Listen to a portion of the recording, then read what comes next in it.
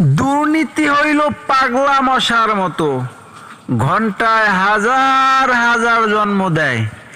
এই যে জায়গাটা, এইটা একটা মামলার জায়গা। এইখানে মামলা করা হয়েছিল যাতে ঘর বাড়ি না করতে পারে, কারণ এই জায়গাটা যাদের তারা দখলে নাই।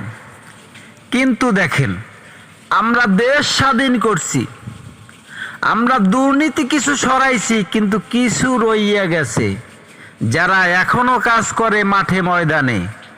এদিকে স্বাধীন রাষ্ট্র গড়ার চেষ্টা চলতেছে, এদিকে তারা সুযোগে সদ্ব্যবহার কইরা ফেলাইছে। এই হইল দেশের অবস্থা। এরা সুযোগে ঘর বাড়ি উঠাই একেবারে সুন্দরভাবে তৈরি করে নেছে। আমি দেশের আইনের কাছে জানতে চাই, যেহেতু মামলা চলে, মামলা দিন, সেখানে সুযোগে সদ্ব্যবহার করার উপায় আছে কিনা। যদি না থাকে, এদেরকে এই অবস্থায় থামিয়ে দিয়ে এদের কাগজপত্র দেখা হোক, এরা আসলেই এই জায়গার প্রকৃত মালিক কিনা, অথবা যার কাছ থেকে এই জায়গা ক্রয় করছে সে এতটুকু জায়গা পাইবে কিনা, এইটা আইনের কাছে দেখার জন্য অনুরোধ করছি।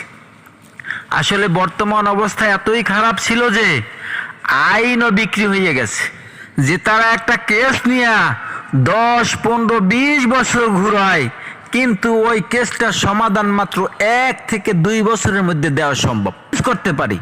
ওই কেসের সমাধান 1 থেকে 2 বছর দেওয়া সম্ভব, কিন্তু মাগার উকিলও ঘুরায়, জজেও ঘুরায়, বাংলাদেশ আইনও ঘুরায়।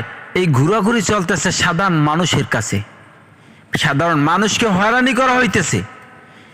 আমি বর্তমান আইনকে শ্রদ্ধা করে বলতেছি যে এই আইন সঠিকভাবে পরিচালনা করুন। আপনারা বলতে পারেন আইন আবার কেমনে ঘুরায়? আরে ভাই, আইনের পরিচালক আছে, পরিচালক চেনেন না? যারা কাঠি নাড়ায় ওরাই ঘুরাইতেছে। এই জন্য আমি বলবো, আগে দেশ বাঁচান, দেশের মানুষ বাঁচান, নতুবা দেশও ধ্বংস হইবে, দেশের মানুষও ধ্বংস হইবে।